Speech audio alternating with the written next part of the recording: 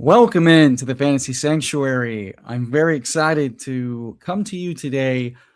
We're going to draft a big board team on Underdog Fantasy Football. But first, we're going to talk a few rookie values with our one and only Rich, aka Dynasty Island, to bring us his genius, his rookie acumen, his dynasty acumen, to talk through some potential rookie values in these way too early pre-draft NFL fantasy contests, along with some of the, year two, year three, year four now seems these wide receiver breakouts, kind of returning from the past of the old fantasy, guidances about when to look for some of these breakouts. Can we identify maybe the next Michael Wilson coming up, to speed in these drafts?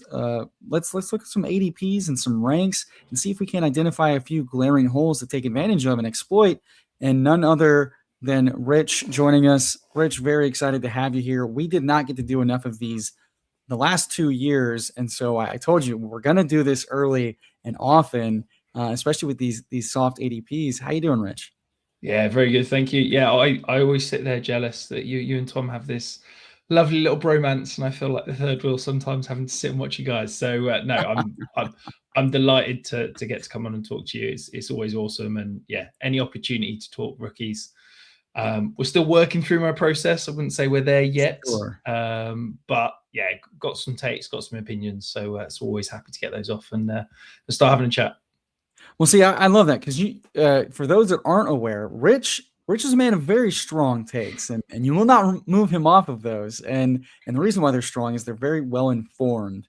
And another reason I wanted to bring you on is because you do so much fantastic dynasty content. So you're looking at all of these guys that are coming into year two, year three, year four, maybe some underpriced, underloved vets. You're aware of some of the, team dynamics and situations, and you are very well aware that teams rarely draft really well. And some of these, I love them, but some of these underdog drafters and market movers love to assume that like C players see need X, Y, Z, and get to the point quickly. Of course, the Dallas Cowboys are going to draft a running back in the first round. You idiots, you fools! They need a running back.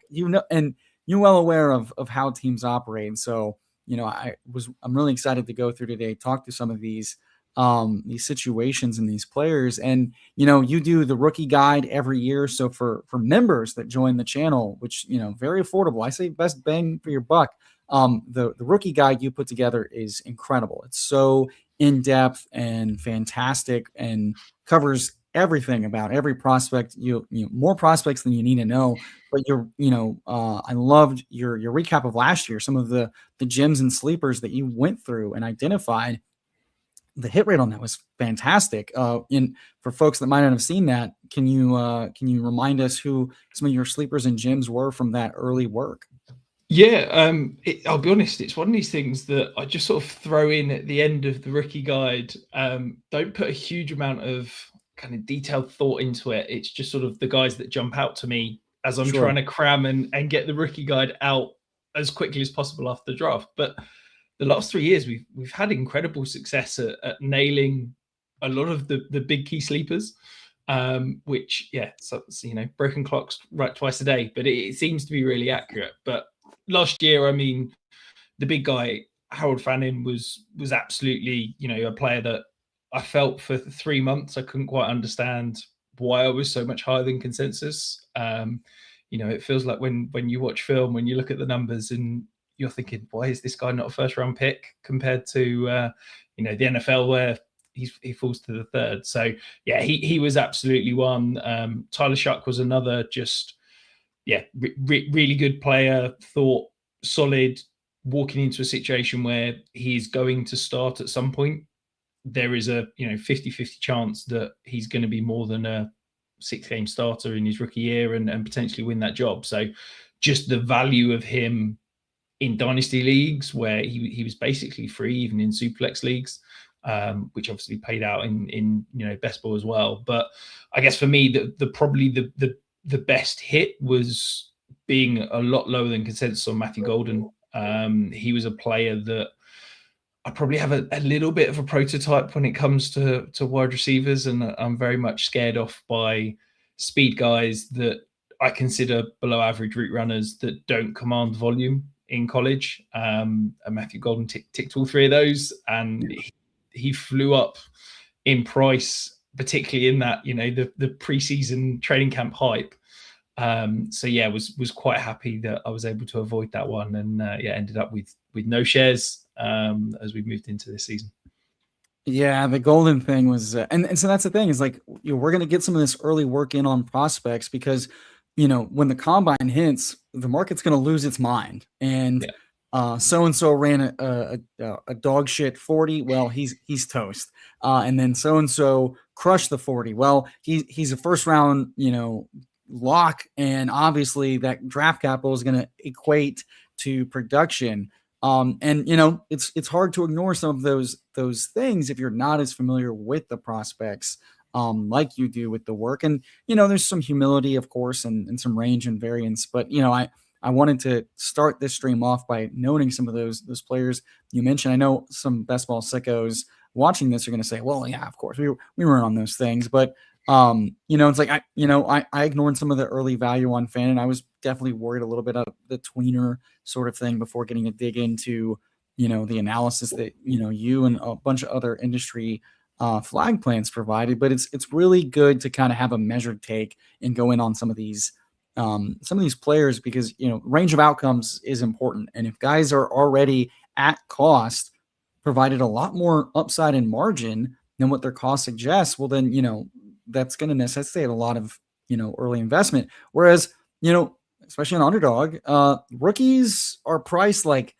fine wine. You don't get a bargain on many of these guys, and so we talk about it every year of kind of some of these arbitrages on the early rookies is a really good way to get that access to that upside without taking on a much additional risk at cost. Because while we're excited about what they'll do in the late season and how they could they have this wide spectrum of variance that they have, that has plenty of downside in a lot of cases, especially because some of these vets, we look at these boring vets that put up good stats and we go, yeah, but what about the black box? He could be that, but young, and isn't that exciting? And so it's really hard to be measured at times when the combine and the stats and the FOMO and the media hype, get out of control, especially when the teams start getting involved.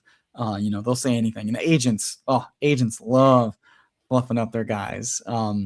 So as we kind of come into this, I've got the ranks pulled up. We can look at players specifically, but I kind of want to do some free form before we jump in the draft and cover everybody you want to talk about. In general, it seems like the expensive guys are, really just Jeremiah Love in the second round, around guys like Henry and Chase Brown and Saquon and Hampton. And it's kind of where, it's very pattern matching. It's kind of where Ashton Dinty was going last year for a good amount of the draft. And then, the next highest running back is, Jadarian Prince in this class in like the hundreds, someone that might go in the second or third round.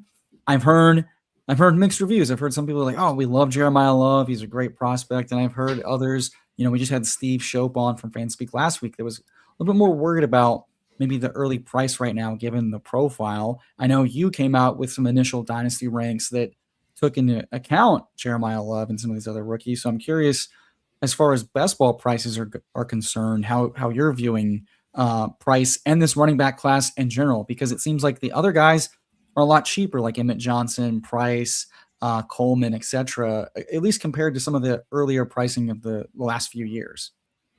Yeah, absolutely. I think first of all, we'll start with kind of this class overall. I think for me, it's one and a bunch of maybes. Like there's no RB2 that I think is going to be a surefire fantasy relevant player in year one. Like, yes, of course, a couple of them will emerge. They always do. But if I had to bet my life on it right now, Jeremiah Love's the only guy that I'm comfortable saying is going to 100% be fantasy relevant and heard from as a rookie. Okay. All of the other guys have got flaws, have got nicks, have got issues with them. If they land in the right situation, if there's an injury ahead of them, if they see the volume, great, they'll be fantasy relevant. But I don't believe any other running back in this class is walking into the NFL as a, in my opinion, top 60 pick. Like if if I was an NFL GM, I don't know if I'd be taking that second tier until the third round. Really, there's nobody that I think warrants that higher draft capital, and part of that is because I view them all quite similarly. So it's not like, yeah, I love what this guy does over that guy. So it's like, why would I take one in the second round? So, and that's kind of how I feel like with, viewing this best ball ADP and stuff. It's like, at the moment, I don't have any massive hot takes as to that second tier, who's going to emerge, who's going to be great. I think a lot of it will be landing spot dependent. So actually, rather than reaching and taking the second running back off the board, second rookie off the board, right? I'd probably just take two in the later rounds and end up with, running back 6, running back 8, and hope that those two hit, because I think they've got as much of a chance as running back 2, quite frankly. And I think that's a prescient point for folks drafting early, and we kind of see this every year of that. The early ADP and the early market, it's pretty flexible, but we always see these like pretty decent gaps between RB1, RB2, RB3, RB4, and then the rest are kind of jumbled. And the analysis never quite, backs that up when people start grading and scouting, and then you look at the, early consensus big board. The gaps don't quite make sense. And it's one thing I try to share with folks, like, and this is a great example, like Jadarian Price and Coleman and Emmett Johnson and Katron Allen, like they've got 10 and 20 spot ADP differences, and their big board consensus and their strengths and weaknesses suggest a lot more ambiguity of that ranking. Absolutely. And then especially past, RB5, 6, you've got guys basically just tossed, between the next few rounds. And, and to me, that sounds very similar, kind of like last year's class, where it's like outside of the top guy, you've got some interesting traits, but we might be better off not getting too excited.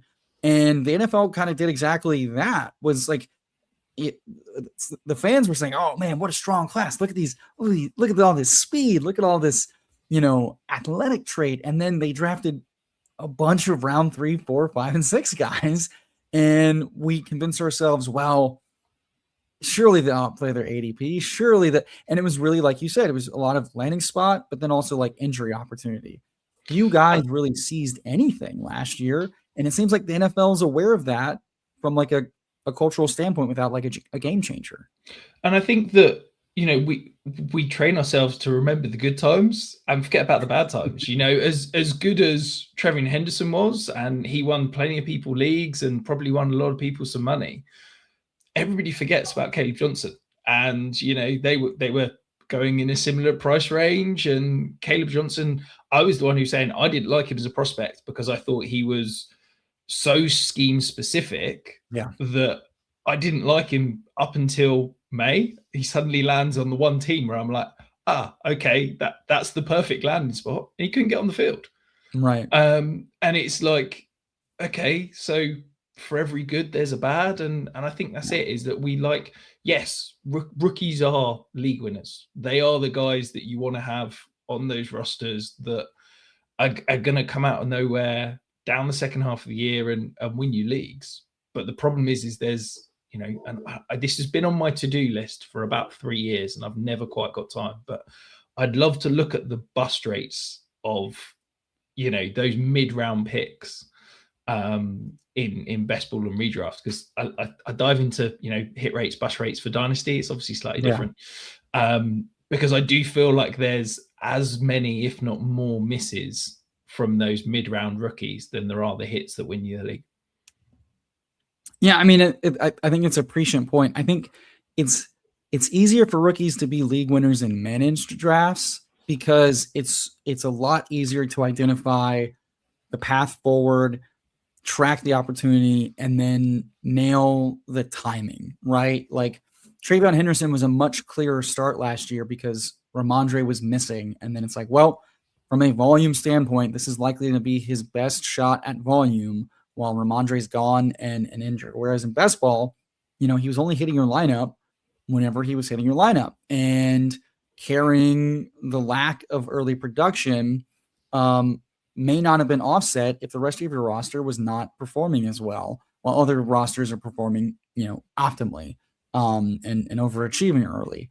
And so, like like you said, rookies are important to nail and have, but we and Sam Sherman, the winner of Best Ball Mania, uh, often pointed out that like the rookie thesis, as it's colloquial known, is kind of outdated. It's not that rookies really come on strong. In fact, late round quarterback JJ Zachariason and others have showed rookies are getting more and more chances, especially at wide receiver, earlier and often, whether they're ready for it or not. And so, really, the production curve isn't necessarily coming on strong late. It might be for guys getting their footing or getting more opportunity. But we're seeing a lot of guys get early opportunity often, and that doesn't equate to fantasy success immediately either. Well, when I first got into fantasy, and that's probably 15 years ago, there was the thing that the rookie wall. That was where we used to talk about, because rookie, guys in college only played 10, 12 games, that it got to that point in their rookie seasons and they hit the rookie wall and their production fell off a cliff. Right. Maybe I'm, showing my age, but that doesn't feel like that was that long ago. And now all of a Yes. sudden it's completely flipped 180. So yeah, no, I completely get the point.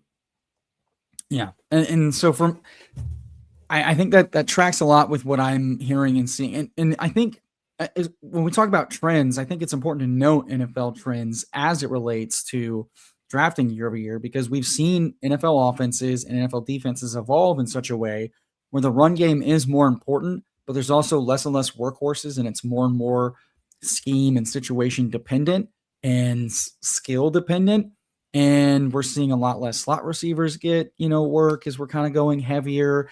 And we see you, Jay. We'll get there in a sec. And so, it's really about like rookie running backs can be important, rookie receivers can be important, but also it's just like I think what we're seeing year over year over year is that NFL veteran running backs are getting paid less and less, but that's allowing more and more talent available to plug and play and really utilize those guys. And so in these early drafts, I tend to want more of the veteran running backs that are being undervalued because of uncertainty of role or uncertainty of monetary value.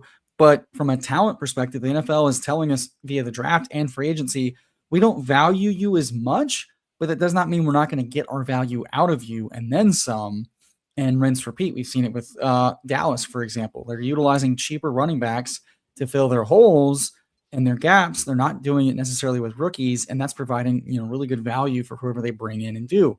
Same thing kind of with the Bears, great example. Narrative ran strong last year that they wouldn't utilize Swift as much because of certain things, and they're weak, and so why wouldn't they draft an early guy? And they draft the premium positions of tight end and wide receiver, and they just run the guys they have in the room into the ground, and they make do just fine because the offensive line is doing a lot of the legwork. And so I am curious, as we'll go through when we get into the draft. I'm curious to see some of your potentially undervalued veteran running backs and wide receivers from another standpoint of like guys that are being priced like they don't matter. But I mean, hell, we just saw Kenny Gainwell of all guys come in and be a powerful league winner just because he can pass pro, he can catch the ball, and he's going to get work. Got friendship going with Aaron Rodgers. That was all that mattered right there. Yeah, I mean, Arthur Smith and Aaron Rodgers, the right guys to cuddle up to. I guess we'll pause briefly here and get back. I'd love to hear your take on the rookie receiving class. From a Njoku to Carolina standpoint, Carolina definitely seems to have a lot of money in play. They have a lot of needs. I'm curious, from a team building standpoint, Carolina seems to be pretty invested in trying to build from the trenches with youth. Njoku's a little bit older. They didn't really do much to address the tight end position last year. They kind of just rolled with an injured Tommy Tremble and an unproven rookie third rounder, JT Sanders, who didn't test very well. I'm curious if I don't know that Njoku's going to get a ton of money. He is kind of an every down kind of guy. He had a really banged up, really poor year last year. I know for Dynasty and tight end premium, I wonder if his name value is carrying too much value. Whereas in best ball ADP, he's being drafted as kind of like a an afterthought around like Colby Parkinson and such. They could use playmakers. I don't know if Njoku's quite the kind of guy that Carolina would bring in from a talent and youth perspective. I don't know what that signing is achieving, if I'm being honest. I think you've got Tommy Tremble, who's solid, reliable. I think JT Sanders has got some upside, has got some athleticism, is decent in space. I'm really intrigued by Mitchell Evans, who was, I want to say, a fifth round pick last year. I think he showed flashes. He certainly popped a couple of times in my weekly kind of snap count reviews, and I think there's some talent there. So to me, bringing in Njoku doesn't give you a huge upgrade and likely caps development at the position. So yeah, it absolutely could happen. Like never say never with anything in the NFL, but I wouldn't be super excited to see it, and I'd rather see, the Panthers give that development of Sanders and Evans an opportunity than going out and buying, a veteran like Njoku. I think he'd be a much better fit on a team that's, maybe got an established tight end that needs a complement. He came to the league as a terrible blocker, but he is very, very good in the run game. So if we're going to see more two tight end sets in the league, he could come in as a finished article and round out a contending team rather than go to, let's say, a slightly more up and coming team. I appreciate the Panthers made the playoffs, but you know what I mean. And Buffalo kind of stands out. If they cut Knox and they want a more well-rounded second guy who, Kincaid is literally that tweener type, something like that makes sense. But I think in general, my Jackson Hall shares are floundering if that happens. But sure. It's the kind of thing, maybe the 49ers, if someone like Kittle is going to struggle to get fully healthy for the start of the season, maybe they bring in a proven vet. San Francisco's a great shout. Yeah, something like that. I think in general, I think we see a lot less big names moved, quote unquote. I think free agents are likely to find new landing spots. All the coaching changes moving around, guys are going to follow their coaches. We see that a lot. And guys like Fannin, who are already breaking out, regardless if Njoku was there or not, are likely to continue to break out. New coaching staff coming in, create some variance. But in general, I think the teams that have shown you they value drafting young talent and trading for young talent versus signing older guys unless they have like exact needs.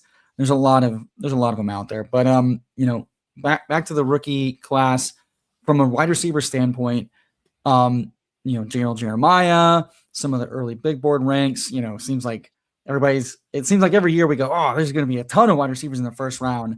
And then not necessarily as many wide receivers, but a lot in like the top 50 year after year continue to be drafted. Not all of them potentially worthy of that, but you see teams taking swings on upside, kind of like quarterback. How are you viewing this rookie class? And are there any, that we've got Tate, Tyson, and Lemon as the big three, drafted around guys like Rome and BTJ, Sutton, and Watson. And then a little bit lower, we've got guys like Denzel Boston, cracking like the hundreds. And then a lot of guys going really, really late, where the market's kind of just saying like, I don't know the name as much. If they're not going in the first, second round, I'm not really interested. Curious how you're viewing this rookie wide receiver class. I think it's good. I think it's perhaps not as great as people are expecting. So to bring you behind the curtain slightly, I grade my prospects. I have like a 5-star rating that I use. So it's a way that I can transfer kind of quality across classes rather than just going, this guy's my wide receiver 1, but actually what does that mean versus 24 versus 23 versus 22 as such. So for example, last year I only had 1 5-star prospect, and that was Ashton Genty. I had 5 4-stars. So Cam Ward, Amarian Hampton, Tet McMillan, Travis Hunter, and Colston Loveland. This year, I'm early in my process. I like to watch at least 6 games of all the kind of early guys, and obviously add in my rookie model as well. I'm not sure if any of these wide receivers are going to even be 4-stars. Like I think maybe the top 3, but then not surefire 4-stars. Like, okay, I like the top 3. I think there's everything solid. I think they're likely going to be good wide receiver 2s or 3s from a dynasty perspective. I don't think they've got top 12 wide receiver upside. Okay. And I just don't think there's an all round elite prospect amongst the bunch, which is mad when you consider. I think, based on consensus big board, they're all going top 15. I think these top three could potentially creak into maybe even the top 10. Yeah, especially if they And test well. The exactly. community loves big guys testing athletically well with first round draft capital. If the community loves big guys that test well with good draft capital, I think, yeah, Denzel Boston maybe some people may fall in love, but certainly not this one. Yeah. Yeah, and that's where I'm curious. So if there's not like a surefire slam dunk like alpha guy, then early on what I've been feeling is like these guys seem overpriced to me. Like the Definitely. year 3 Roma Dunze, seemed to be playing pretty well before getting banged up, literally playing through a stress fracture when he returned. There's a lot of reasons to point to Rome being maybe a more volatile profile than we're used to, but certainly maybe undervalued here in the 60s. BTJ has a lot of question marks after, they bring in guys that fit the system, and give them roles, Parker Washington, Jacoby Myers, and then the offense looks and operates well. You have like really big concerns of we see what happens when he's utilized as a volume guy, but the play was down. The fit in the scheme is certainly up to question.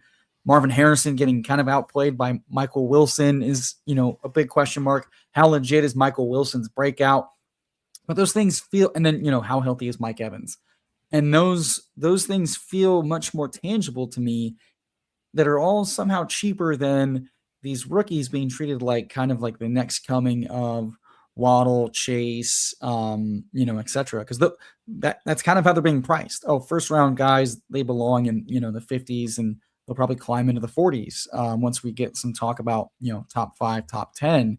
And it sounds like that seems probably pretty overpriced unless they run hot with system fit and just empty volume, which seems like there's a lot of role players these days that come in and fill. Your Olamide Zacchaeus is, for instance, like, oh, surely Luther Burden's going to overtake him, and it's like, well, guys that fit a role for a team that's playing well, those guys tend to stick a little bit longer than we think.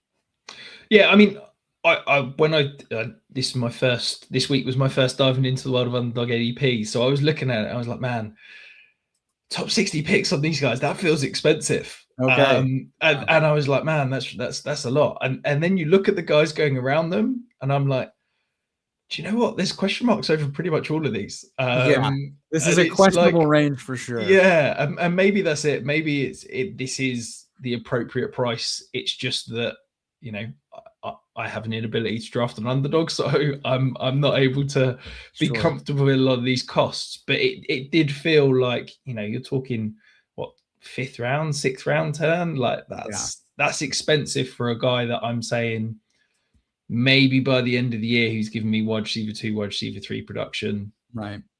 and that's in a good situation. I'm not convinced that we're going to see Emeka Egbuka, that start again this year. Yeah, and as it's kind of been alluded to, it feels almost kind of like a wide receiver dead zone where we're like, well, we don't know what to do with these guys, so here they are in no particular order, and it might just be a range where you've got guys like Hurts, Dart, T. Law, Jaden Daniels going in this range, and to me, it feels like a clear. Unless you're mixing in diversity, this might just be a place to hammer, Jalen Warren and the quarterbacks, and I think and settle elsewhere. the thing is that looking at this bunch, there's going to be 2 wide receivers that absolutely smash. It's in this range, and if you can nail those wide receivers, they're probably league winners. But the problem is that all of them have got a question mark. It's a legitimate question mark, but so their let me poke upside is there. massive, isn't it? And let me poke there. Then I have a sneaking suspicion I know who your names will be. But if this is February in 2026. We are months away from the draft and the combine and free agency. I'm curious though, in this range of guys, when you looked at this, your gut feel for who's likeliest to smash in this range. You said there are 2 guys, so like who I'm curious who you're like here are my three of like these are my best guesses as who will smash this range. I think Brian Thomas. I think look, I'm willing to believe in the talent. I think last year was a bit weird. Um, there's not many guys that size that have the footwork and route run ability that he does. I think you give Liam Cohen an off season, I think they're going to bring the best out of him. I'm willing to take that dart throw and in this range because his ceiling is top 5 wide receiver in Yeah. the NFL and in fantasy. And I just think that, yeah, the worst case scenario, we have a repeat of last year, but there's only so many guys that if you wrote out a list that can truly finish as the wide receiver 1 in fantasy, I truly believe Brian Thomas is one of those guys, and I think there's probably about 10. The other 9 are all going in the first couple of rounds. Right. I think the talent is incredible. So, yeah, he stands out to me as, look, he could be horrendous this year, but I think the ceiling is phenomenal. So I'm always going to opt for him. And yeah, call me stupid, call me should we say sticking to my takes, but I still believe Marvin Harrison is a phenomenal wide receiver. I'm not quite sure what the issue is. I felt like I wrote this every week last year in my review articles, but I think it's more of a Kyler issue than the Marvin Harrison issue. And I think that he was injured down the back end of last year. I think that new offensive coordinator, I don't think it matters who the quarterback's going to be. I think that Marvin Harrison will emerge, and I think he's too talented not to. You know what? I like those call outs. I think that's totally fair. It follows you, as a dynasty minded guy. It feels like you try to balance prospect profile, draft capital, and then the first year or two, and trying to balance all those things, and then they don't necessarily fall away. And in both of those guys' cases, lest we forget, they're going to be year 3 guys, and we just saw a couple year 3 breakouts. We've seen several. It wouldn't surprise. Right? We can certainly explain away a lot of things. Trey McBride was much better without Kyler Murray. I think like Marvin Harrison, maybe not as like elite of a prospect as we thought early on, but Kyler Murray being the worst deep passer in the league for 4 years running certainly seems to be part of the problem why a receiver like Marv is not hitting his ceiling as a, early first round pick. And an offense that, like, for no reason could understand how to use him. This is a guy who's massive, who was incredible every time they used him on crossing routes, drag routes, any route where he didn't have to stop. And it would be like, brilliant. They've unlocked Marv. They've got it. They understand. And then the following week, right, we're going to stick him out at X. We're going to isolate him, and we're going to get him to run comebacks. Yeah, no plan. And flies. And it's just I couldn't understand it. And yeah, it was mind-blowing. I think if he could finally be unlocked and utilized correctly, let's see him running those crossing routes. Let's see him, being able to utilize that build rather than just saying, right, you're going to break down this receiver and, you're going to use that speed. Because I do think the speed is a little bit questionable, but I think the talent is there. Yeah, certainly. And Michael Wilson proved to be a pretty effective deep pass catcher last year, so it seems like you've got your role set. Let him cook, let him eat. As far as the rest of the wide receiver class is concerned, I alluded to it. We've got guys like, Jeremy Bernard, Omar Cooper, Elijah Surratt, like way down here in like what I consider the wastelands of wide receiver, where the rookies do look, Jacoby Lane, Zachariah Branch, who's already becoming a meme as, what do you even do with a guy? Be nice. Be nice to the Georgia guys, all right? Yeah. But, and so I'm curious for Chris Brazzers, the third, as I'll call him all year long until proven otherwise. Chris Bell, I'm curious, are there any of these late guys, do they all appeal to you because of the price and the unknowns, or do a few really stand out as, just egregiously too cheap? I know Steve last week mentioned Elijah Surratt as, way more pro ready in his mind than the market was giving him credit for. And we've seen some of these NFL ready guys get drafted a little bit earlier and trusted with a lot more early on. So I'm curious if there's, if you're going to go digging, it feels like this is the right range to do it. Yeah, Who is standing out absolutely. in this class early on to you in the So I one mean, C? let's start with Surratt because I've just recorded a show yesterday with Jay Stein, who's a phenomenal guy in the Dynasty space, Devi space, and Elijah Surratt is someone that stands out to him. He's an analytics guy. He's going to fall that. And he shouted out Elijah Surratt as a name that he really likes his prospect profile. He really likes the way he grew through college, and his final year numbers are fantastic.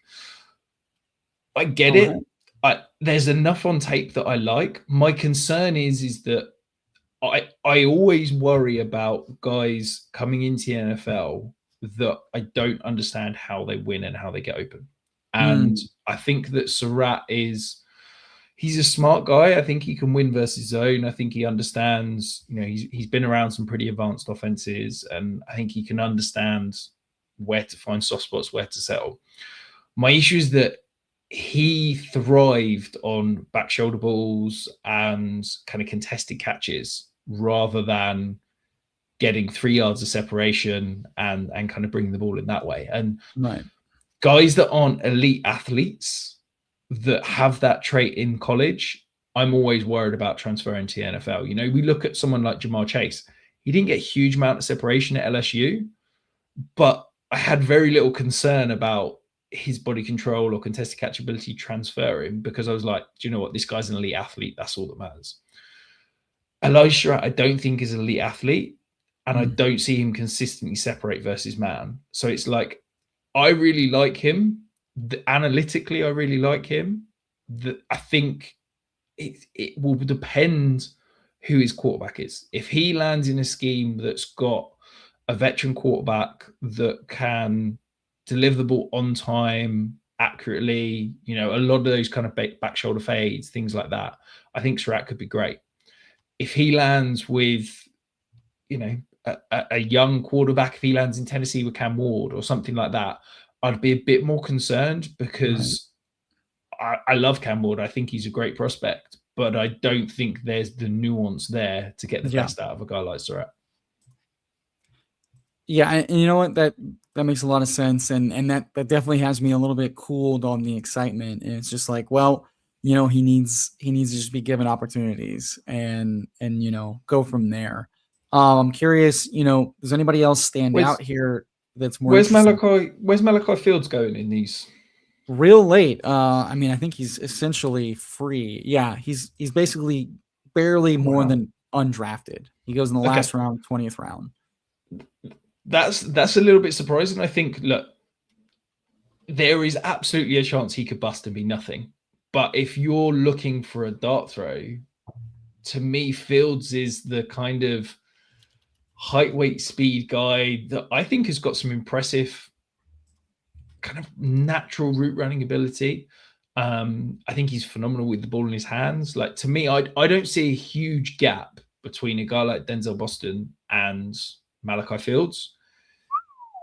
Yet, I mean, I presume Denzel Boston's probably what, an eighth, ninth round pick, something like that. Is he? Yeah. Like, yeah, if you can give me that sort of price difference that I'm getting this guy for free, I'm happy to do that every day of the week. You heard it here first, folks. You want to arbitrage the early ADPs, and again, I think that's a great call out because we're gonna, these guys are gonna shift up as the media coverage for big boards and the combine tightens up.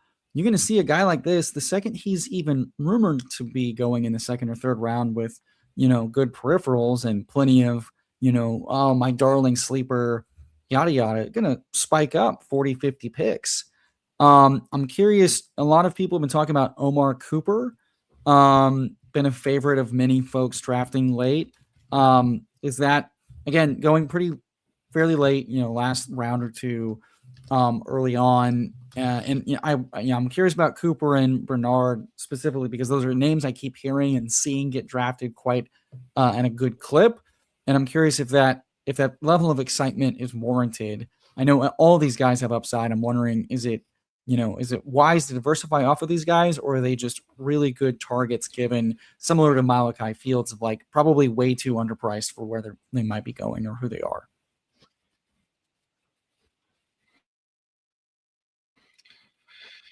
Yeah, I think I think Cooper for me is intriguing, but I think he's potentially the type of prospect that we might see phased out of the NFL over the next couple of years. In that, I think he's probably that gadget player, manufactured touches out of the slot, and I think that with the move towards more two tight end sets, I think with the move towards, defenses are getting smaller, defenses are trying to play nickel and dime far more.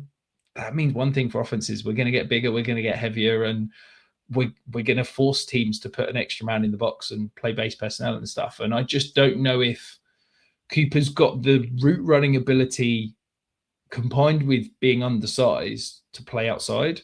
So I think he's a, you know, 5 years ago, he'd have been that slot receiver that can win underneath, that can be utilized on punt returns, kick returns, can be used on jet sweeps in the screen game. And it's like, yeah, he's never going to be a stud, but he can kind of get there. Yeah.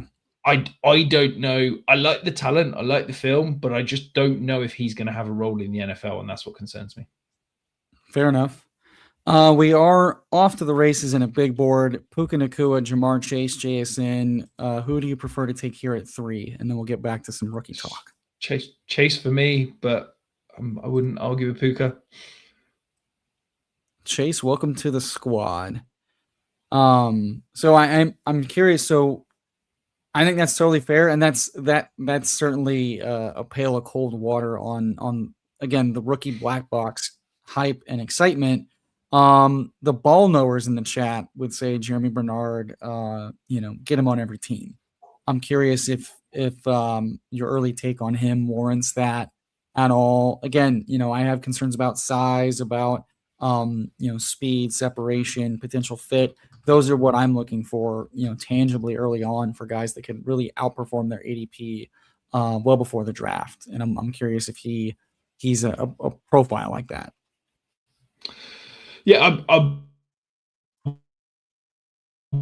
be brutally honest. I've only watched one game. I'm very much early in my process with him. So, again, a little bit concerned about size, build.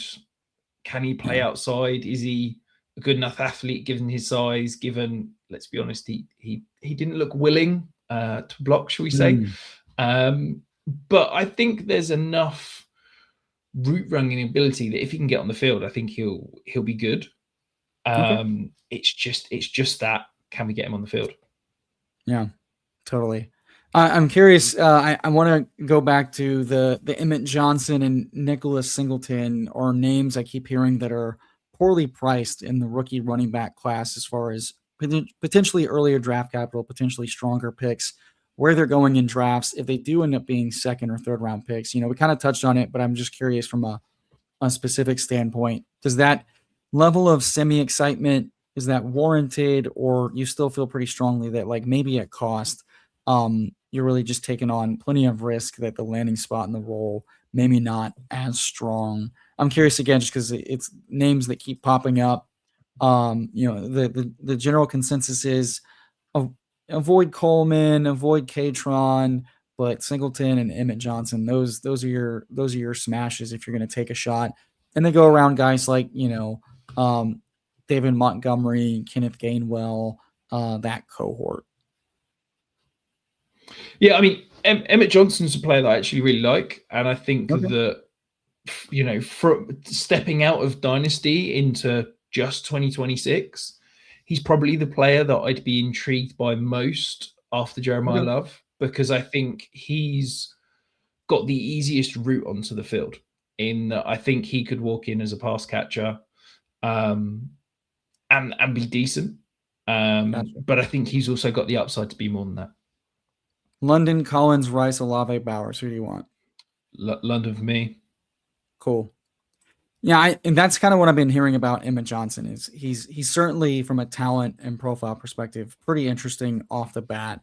And yeah, I feel like at cost that becomes a really easy click to make, because it feels like the running back, much like we talked about the receiver tiers, there's going to be one or two guys that smash in that range. Last year it was like, Javonte. And this year it wouldn't surprise me if it's a guy like Emmett Johnson. I'm curious. Oh, go ahead.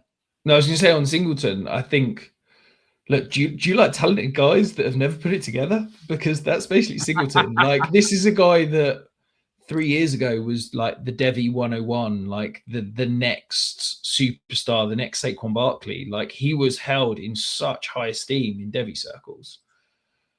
And Yeah, he's and just I'm never curious lived if up that's to where the all the hype hype and is. never Yeah, produced it. So it's yeah. like, yeah, something's in there.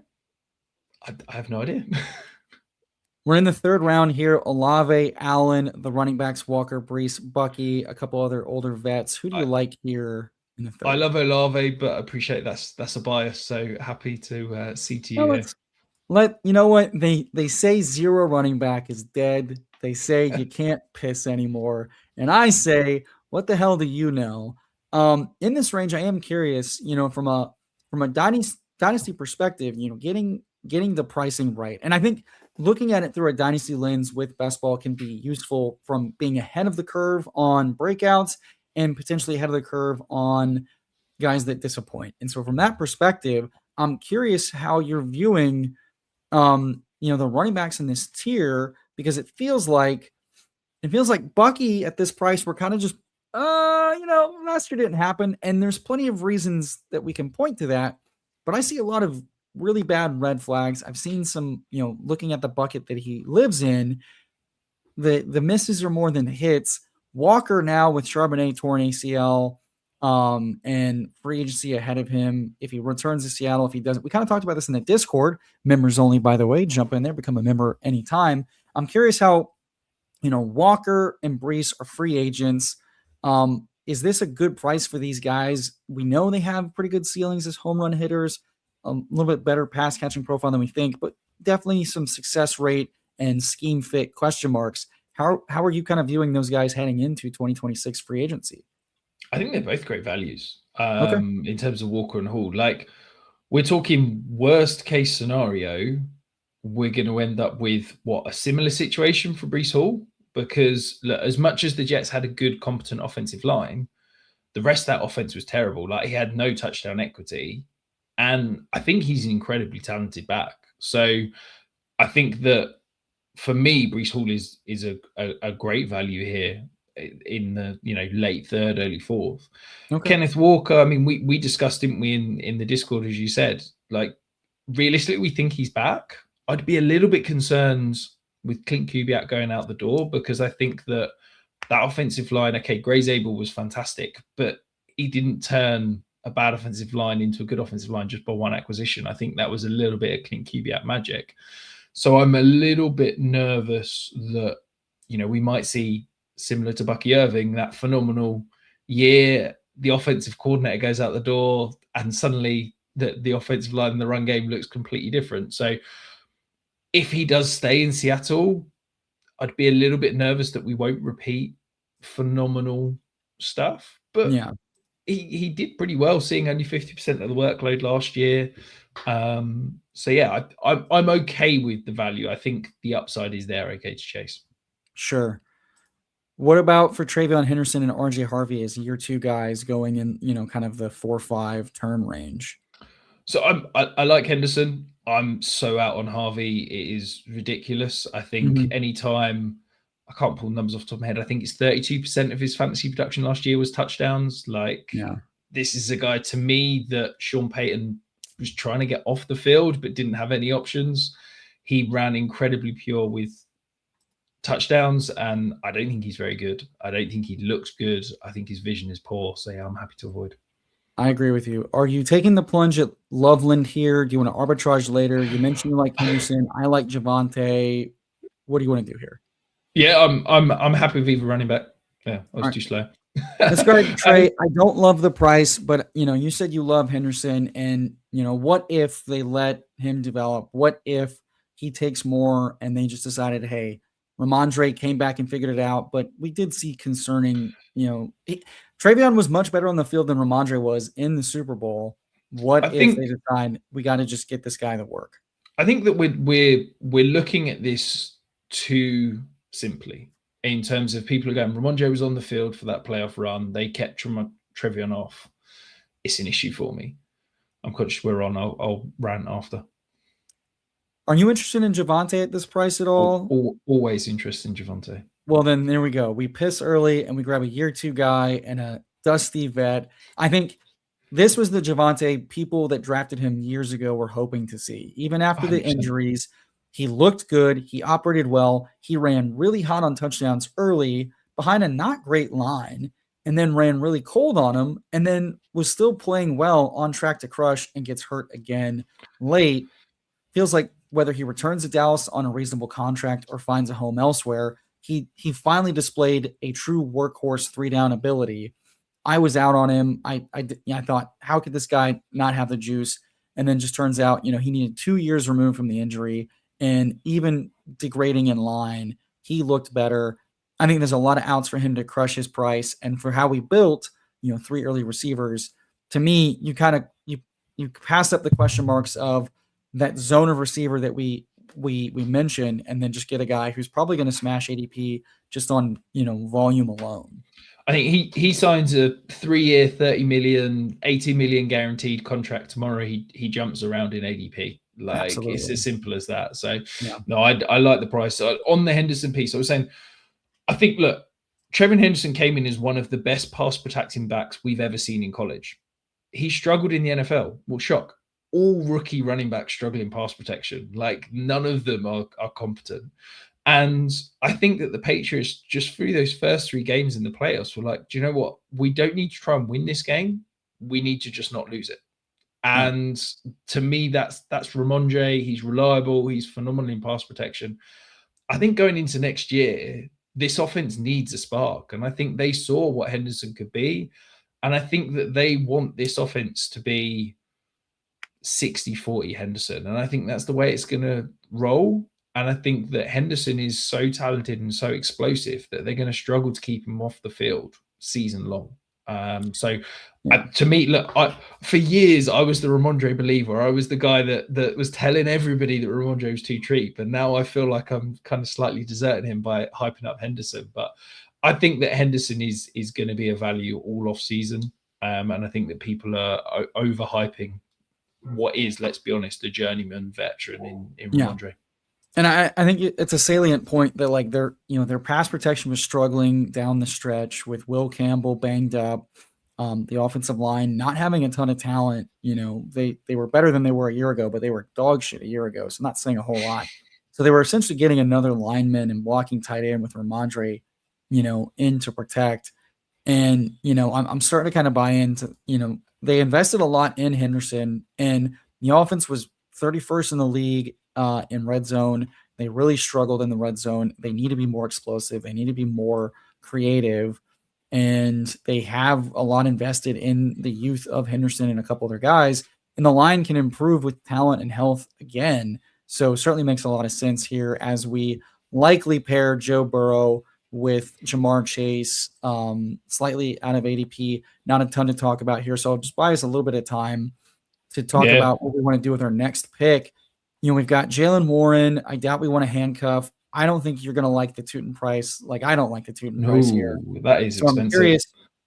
The guys that kind of stick out to me are Ricky Pearsall, some interesting pops, questions of health. Michael Wilson, just as a profile we've discussed. Warren, who seems good. Mike McCarthy, similar kind of Javonte-esque light kind of discussion. Or we could get another quarterback. I'm curious what you want to do here with our next pick coming up. I was about to say I'm intrigued by Ricky Pearsall, but he's just gone.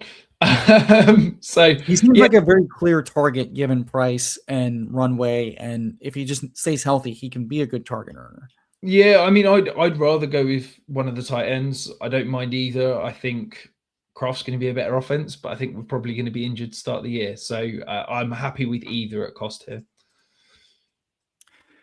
I have yet to get some fan in, so we'll get some fan in. I tend to like my tight ends on good teams, but fan absolutely. Tends to work out well for the touchdown thesis, which we know tight ends that typically separate crush on touch. And great example, Trey McBride. Trey McBride, a great pick at cost, wasn't a smash league winning pick until he started scoring boatloads of touchdowns.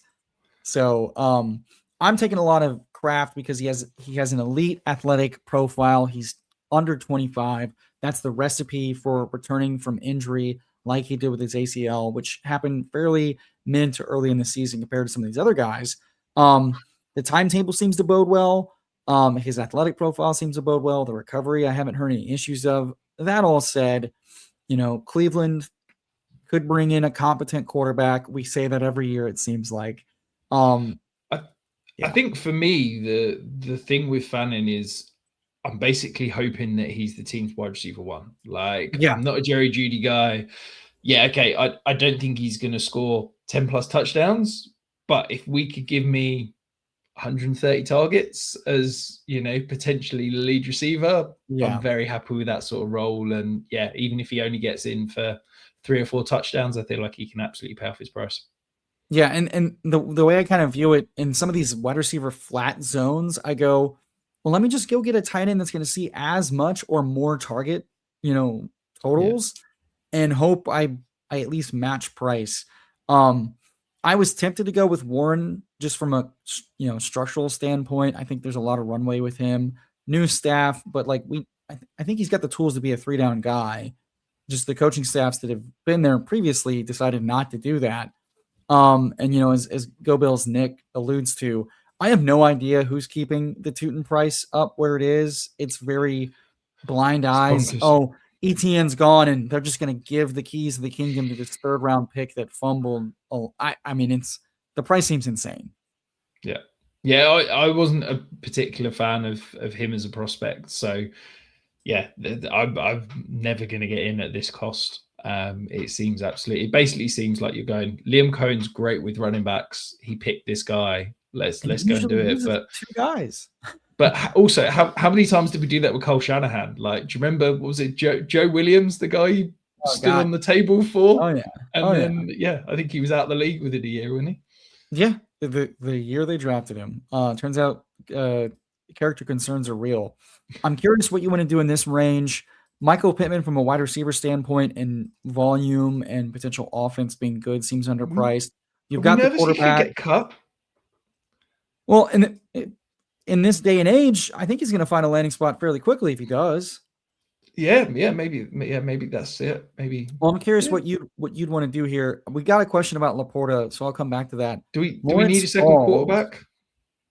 We don't necessarily need one. I'm fine waiting. I just don't know what else you want to do in this range. I'm down for whatever. I don't like anything really.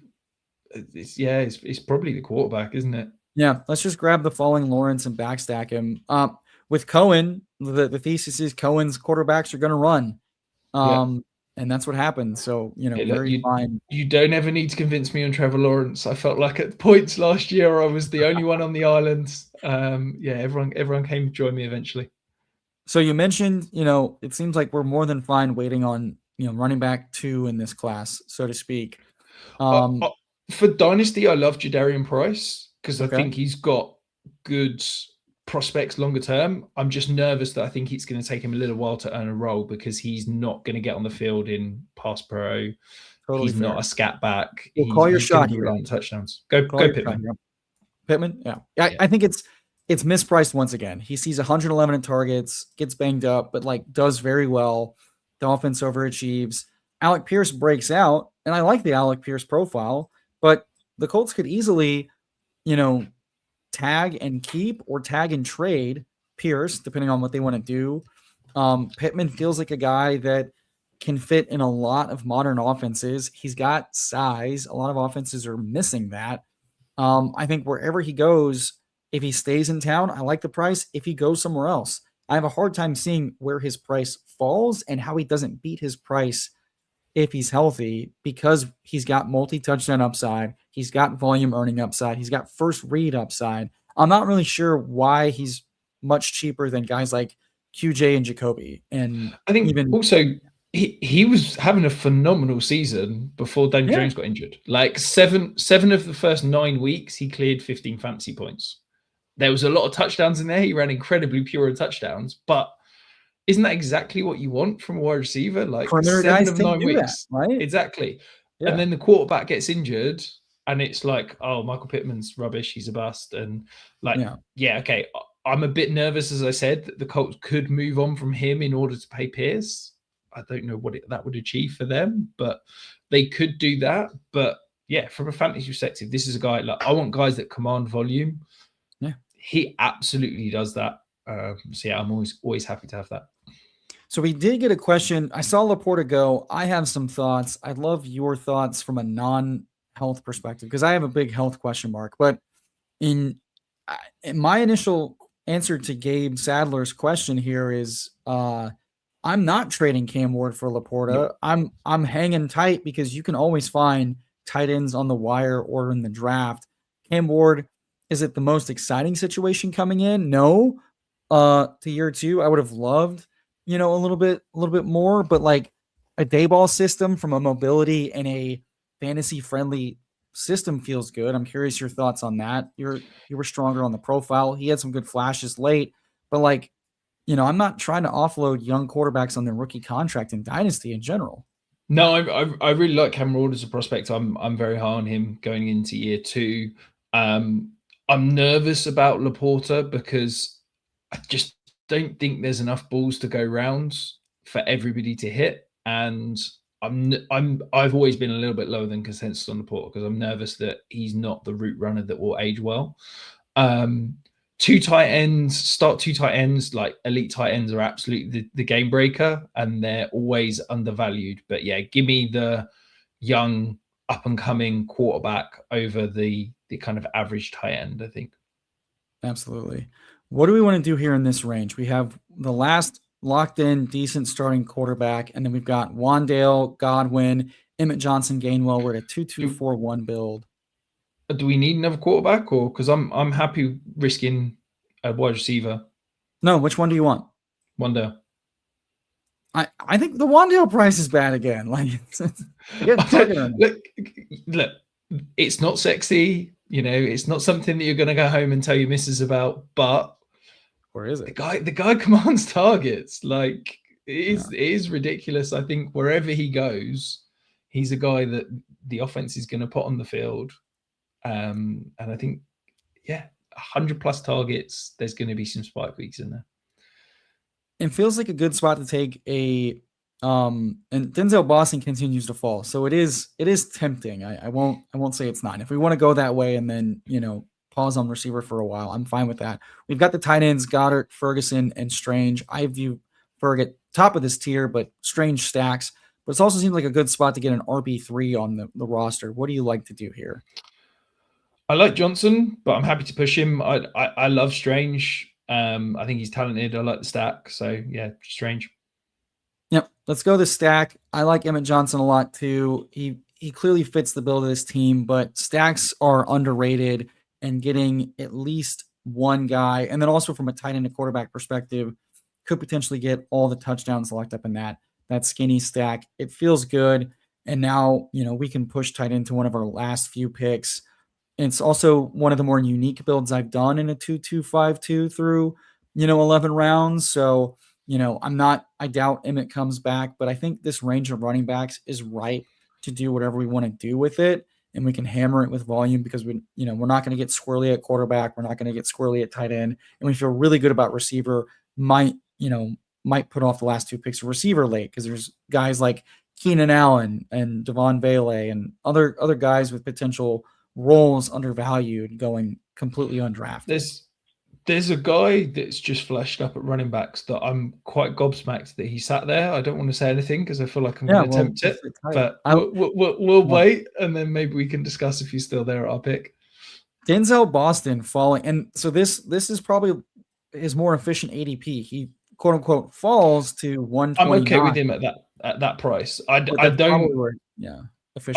like the prospect. I think he falls into my Calvin Johnson theory of, big, tall, fast guys get overdrafted because we're all chasing Calvin Johnson. I don't love the prospect profile, but I think if you can get a guy that's likely going to be a first round pick in probably the 11th round, it's worth a dart throw, isn't it? Yeah. And back to the Strange thing, like I thought his underrated rookie coming out as a prospect profile got better draft capital than we thought.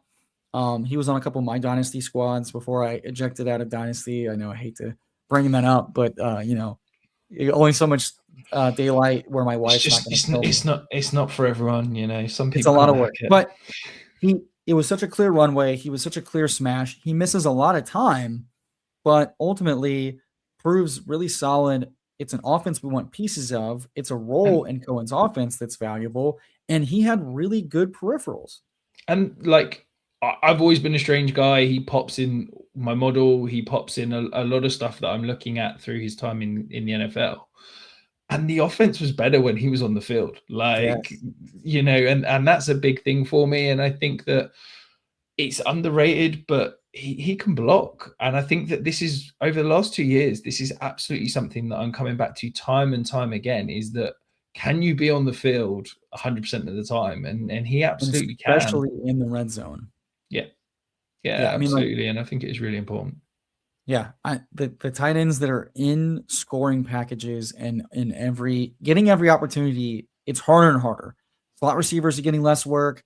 Tweener tight ends are getting less work unless you are elite at catching or all the other receivers die. Kyle Pitts.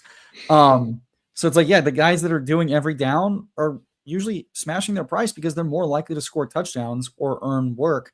I'm crossing my fingers. Holy shit, we get him to come all the way back. Love that. Yeah. I'll let the clock. I'll let the clock tick down. I sigh a heavy sigh of relief. We've got some interesting running backs. Fernando Mendoza, the only quarterback that we're surefire is going to go in the first round. How are you viewing the rest of this range? What click stands out? click on to running backs. I want to see if the guy that I thought Yeah, was if still he's there. there, we're clicking him. Yeah, no, he's still there. It's all All right, good. then we'll probably snag him. I'm curious. You'll probably turn around and say you can push him another 2 rounds, but We'll see. At this point, ADP is fake, and we can do whatever we want. Everybody falls, everybody rises. I have been kind of liking in this range. Downs is fine. McMillan's interesting just based on the rookie profile. Evans leaving. Travis Hunter, we're not getting the best. I'm not touching anything to do with Yeah, Travis that Hunter feels in bad. fantasy This this year. feels expensive. This Right? feels like a range to pass Can on. can we grab Braylon Allen? Like, can Absolutely. can someone explain to me why he's going this late? Because Jets stink. But as a Jets fan, tell me why the Jets stink is not enough. Because the Jets have got one of the best offensive lines in the league. There you Like, go. I've realized not many people were watching the Jets last year. I'm sad to say I was one of those people that watched every single Jets game twice last year. That Braylon Allen is awesome. The Jets offensive line is awesome. I think they're going to continue to build around that. Yeah, okay, this offense is probably going to be the worst in the league, but what are we in 13th rounds? I think Brees Hall's gone. Like, Yeah. if you're giving me the lead back on an offense that's got, I think, a top five, maybe I'm being a bit Jets homer, top 10 offensive line that's going to need to run the ball because Yeah. I might be getting a call to go and play quarterback for the Jets next week. Like, it's that bad. I think it's fantastic, and look, he's a guy that we know is going to get the red zone work. I think he's shown phenomenal usage in the short yardage situations. So yes, it He's a might better be pass bad, catcher but than I thought he'd be too. yeah, I think they'll probably, that will be where they spell him, and that's probably the one knock. As much as I think he's competent in that world, I Yeah. think they'll lean on Davis again. But yeah, if we can scam into 8 touchdowns, 1,000 yards rushing, 13th round, I'm yeah, it's a bargain. Well, and at this cost, if he's just the RB2 on an offense again, from a handcuff perspective, it's more than fine. And I don't know, they'll bring in another running back potentially, but it's not priced like that's potential. Like Tootin being where he's at and Braylon being where he's at, the only difference is we feel way better about the offense. But there's But I think Etienne's far more likely to resign with the Jags than Brees Hall is with the Jets. Like, absolutely. I think the Jets are Absolutely. viewing this, sadly, in the right way for the first time in about 10 years. In that, I think they realize they're not one off season away from a Super Bowl, and they're building it. And I think that they're building around the offensive line. I think throwing money at Brees Hall in free agency is just going to be a waste of resources. So Yep, I agree. Do we want McMillan? Do we want Spears? Or do we want to stack you picks? you sold me on McMillan. I'm happy with that. All right, let's go McMillan. I think from an upside perspective, I think he's flashed a lot of good things. it seems like the writing is on the wall that Evans is more likely to leave than stay. But even if he stays, the team really likes Jalen. And I don't want to ignore that from a role perspective, of snaps and routes, from a design target share type of thing. He's a pretty good prospect. He had a pretty good rookie year. We know he can be we know he can be the offense. We know he can be the engine. I think at this cost, and the Bucks absolutely could bounce back from a health perspective for Baker and the offensive line. It's kind of the perfect storm of just like Tampa Bay kind of fell apart from health and performance. And it wouldn't shock any of us if they rebounded with just health, period. I don't know that the run game is going to be what they want it to be. And so this is interesting. So in this range, I want one of these running backs. Tell me which one you want the most.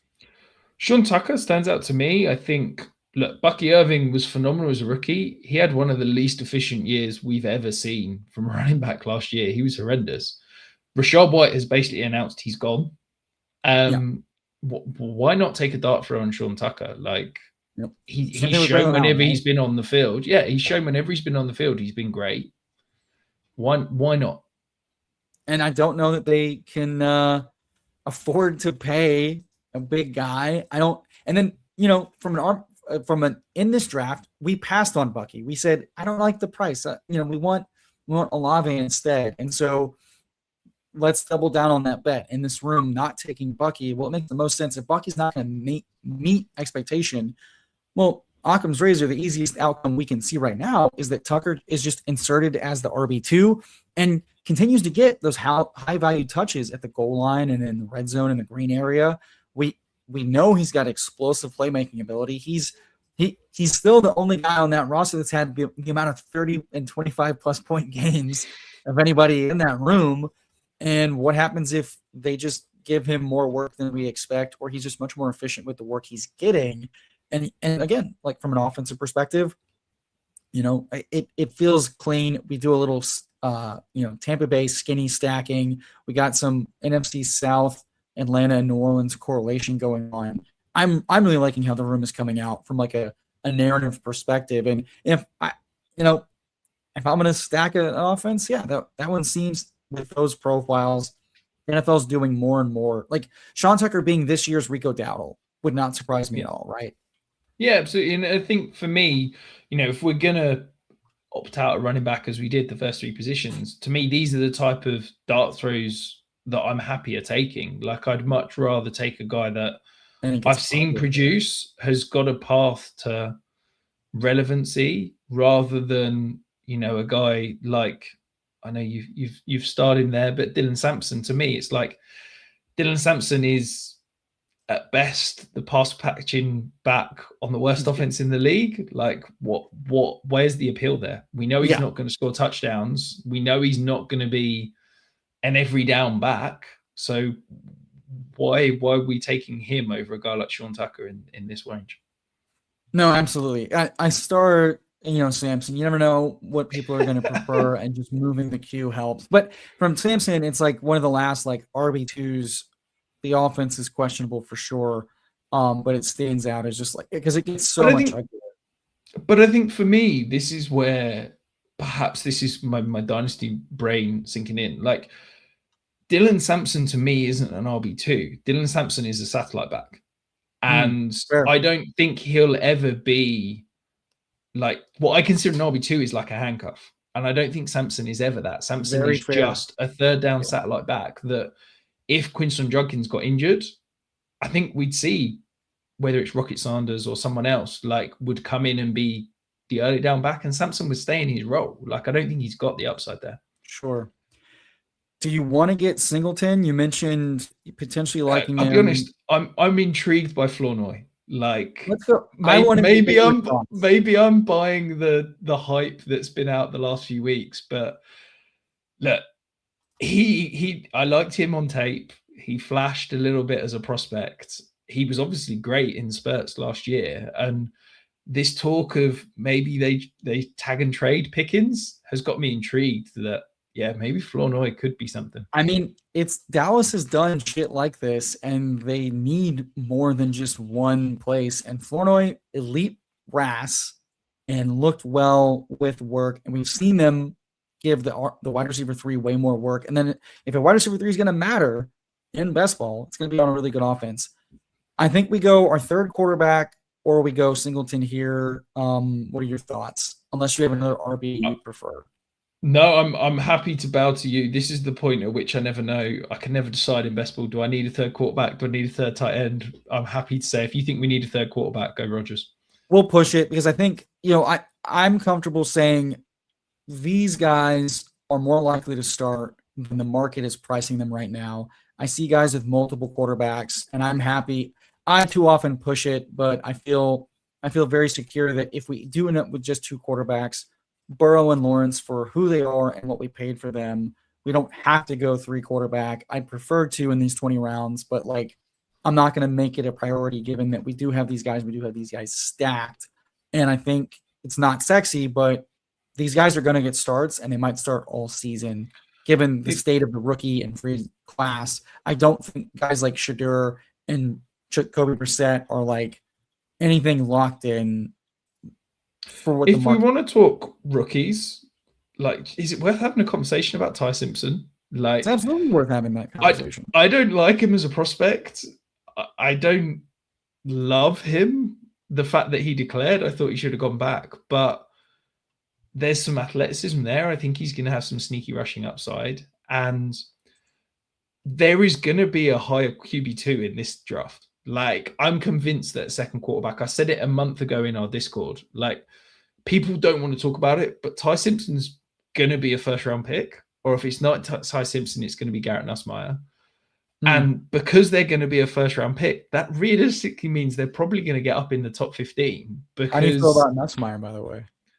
I'd prefer him as a pure talent play, a pure upside play. I like it. I wouldn't be drafting him in the first round if I was an NFL team for sure.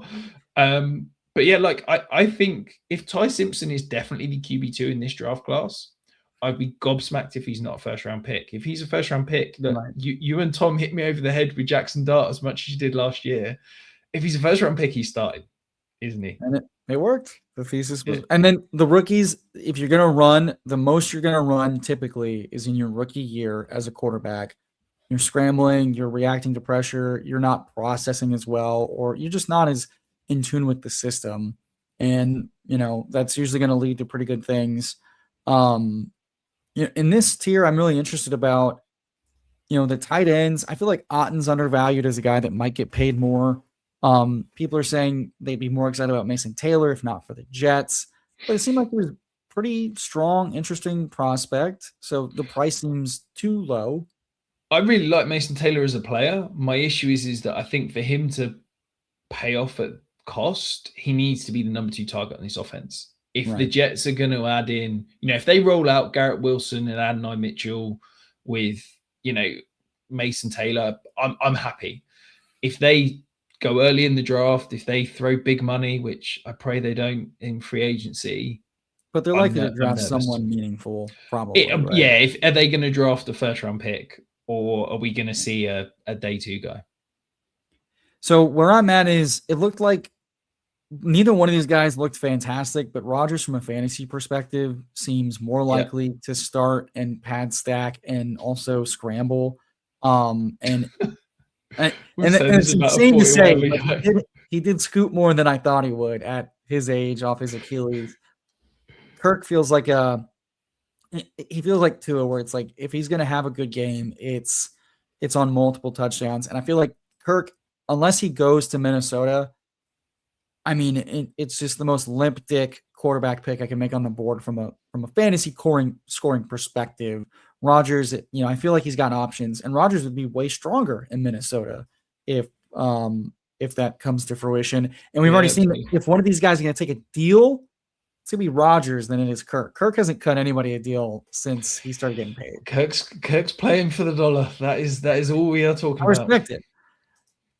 Talk to me about this tight end class. I'm tempted to get a guy like Freiermuth, but if you're going to tell me Stowers is underpriced, Stowers may walk in as a top 15 receiving tight end. Okay, he is phenomenal after the catch. He is an elite route runner. His issue is that he cannot block to save his life. Damn. Let's go Firemouth then. I was so in, and then I was worried. If you want more, Give me more. he's another one that Jay Stein pulled out as a Okay. potential guy that we talked about on the show that we'll be dropping later in the week. Yeah, like he's like Dalton Kincaid-esque in that he could be one of the most, phenomenally efficient receivers, but he could be on the field 30% of the time. Tough. So yeah, it's a tough profile to go after, but as a pure receiver and route runner, I absolutely love him. I mean, I sincerely hope he ends up on a fun team. Yeah, that's just a tough needle to thread in this day and age. And then we get the potential stack if Rodgers does come back to Pittsburgh with Mike McCarthy, and even if he doesn't, it feels like Freiermuth without Arthur Smith, utilizing 3 tight ends, like a bastardized version of the Rams with half the passing volume and efficiency, feels like a pretty solid click in this range. We're coming up on our what is it? We're coming up on the 20th round in our last pick. I'm curious if any of these guys stand out as, potential good targets in your mind. To me, we're a 3-6-7-3, it's one of running back or receiver. We do start 3 straight with Chase, London, and Olave. I feel really good about the receiving room. That said, I'm looking at the names, and none of these really excite me. The guys that click the most are probably guys like Washington. Mike Washington, yeah, I'm intrigued a bit by Mike Washington, to be honest. Just, if he lands in the right situation, could be a profile that can carve out a role immediately and kind of develop into something beyond that. Yeah, there's nobody there I particularly love.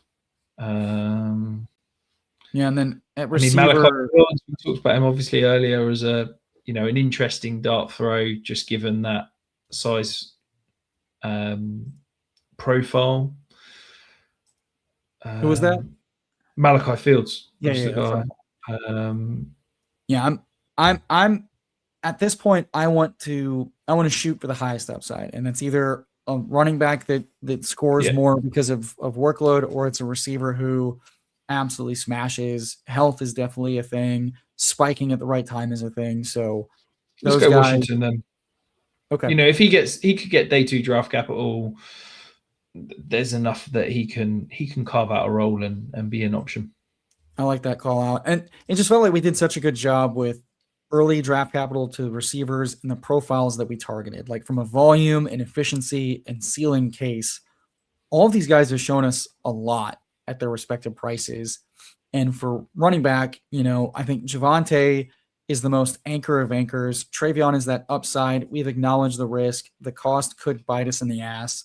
Emmett Johnson feels like such a clean bet at cost, but obviously being a rookie, it's very landing spot dependent and draft capital dependent. Yeah, I think we feel thin running back because realistically you're looking at and you're like, we've got one guy that we know is going to be reliable, and it's spikes. Yeah, it's dart throws for the rest, but you'd hope that there's enough reliable dart throws that we can get home. Yeah, and that's why it felt prudent to go a 7th there, because I think more times than not, I've regretted not taking another shot on a running back after, again, we pushed it to the 4th round. We took some upside shots. You usually want to pack in a couple random spikes. And you know what?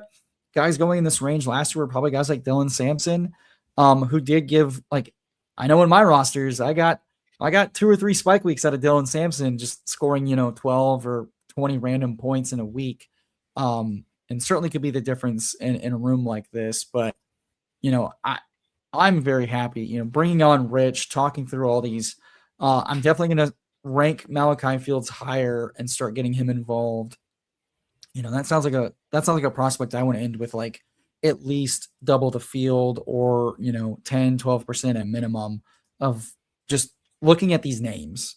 Like, I am not inspired by Jake Bobo, Leggett, Slayton, Wicks, Naylor. The upside that Malachi Fields offers you, given what you've said, and guys like Tez Johnson, Christian Kirk, and Keandre Lambert Smith going ahead of him, genuinely makes me laugh. So more than, and then like I said, the running backs here feel even more dire somehow outside of a couple fun names. So I think Malachi is going to probably end up being a 20% ownership guy if I had to guess. I get to the last round, if there's not a quarterback I'm taking Malachi Fields.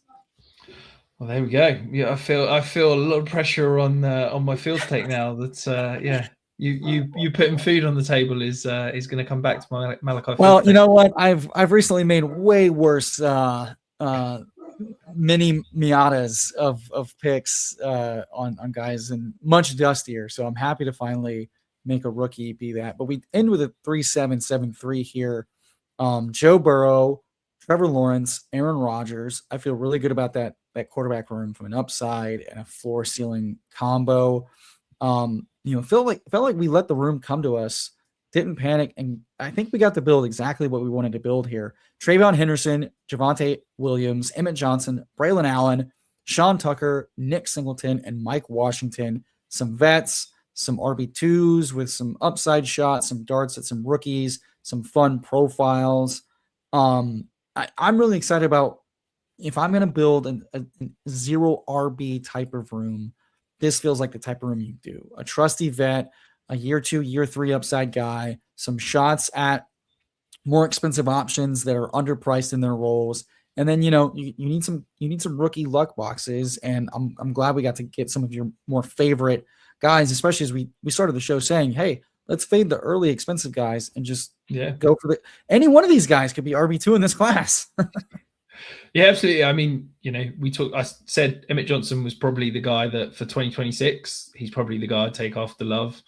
And as I said to you, Singleton, if you like talent, raw talent, he's probably as talented as anyone in this class, but a guy that's never truly put it together. But how many times have we seen guys, those 5 stars that don't have weird college careers and then suddenly the NFL falls in love? Well, and breaking your 5th metatarsal, in February bodes really well for being able to perform well at the combine. But weird things have happened. Rocket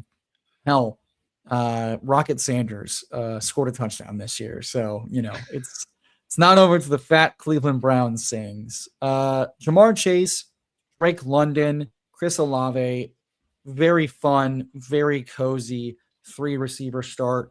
And then we just go, hey, give us the targets, give us the volume. Michael Pittman, Wan'Dale Robinson. We both agree Jalen McMillan seems like a pretty good target in his range. Ryan Flournoy, all the ball knowers are saying, this is a guy you need to take a shot on. This is, if we're talking upside, this is exciting. Okay. Year 3 guy, elite athletic profile, potential wide receiver 2 on a top 10 passing offense. Potential wide receiver 3 on a top 5 passing offense with some really good skills. And then, we decide, let's just get the 100+ target tight end in the 70s with Harold Fannin, stack it up with Brenton Strange. And then, between Stowers and Freiermuth, we decide the blocking is good and give us some fire. No, I love it. Very happy with it. Rich, this was a lot of fun. I just want to echo again that you're diving into the rookie guide. So if you become a member here on the Fantasy Sanctuary, you get access to a load of awesome stuff. I truly do believe that this membership is the best bang for your buck across any YouTube channel you can join. We've got an awesome Discord, ranks, betting props, analysis. Your Dynasty kit and your rookie guides alone make it just an incredibly easy decision to become a member. It sounds like you're diving into those. And your what's your release schedule look like for your rookie guide? That's a good question. We're aiming probably mid to end of March for the pre-draft guide. And then the post-draft guide will be a week after the draft. So that'll be first week of May. Yeah, depends how quickly I can kind of get it through everything. So I try to watch at least 6 games of the kind of day 1, day 2 prospects. I do 6 of every quarterback. And then I'll do 3 games of the kind of day 3 and undrafted guys. I'm aiming to write up, I think, about 80 prospects this year in the guide.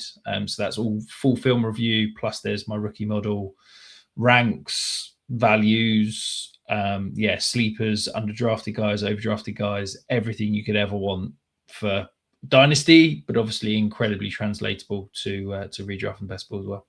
No, it absolutely is. And Rich is not afraid to stand against, the industry voices and be a contrarian, and has been proven correct in several instances. So I'm really excited to see that guide. You get all of that and more for free becoming a member. We've got some very fun members only streams and stream drafts and drafts off stream and a bunch of other fun goodies along with ranks, the survival kit for Dynasty, the rookie guide, the write-ups, much, much more. Become a member today. I highly, highly recommend it, obviously. And we've got a lot of fun content coming your way. Rich, anything else you want to tell the good people? It sounds like we got some more awesome shows with a lot of awesome guests coming out to talk through these rookie prospects with a couple really exciting gems. Yeah, absolutely. Biggest names in the industries will be coming on over the next couple of months to talk through basically every fantasy relevant rookie you need to know. So yeah, we're going to have everyone covered. So yeah, keep it tuned here and we'll get you ready. You heard it here first, folks. Matthew Berry coming on the channel in a couple of months to tell us his favorite sleepers before the NFL draft, obviously. Great drafting with everybody. We'll see you next time and next week. As always, appreciate everybody. Have a great day. Catch you next time.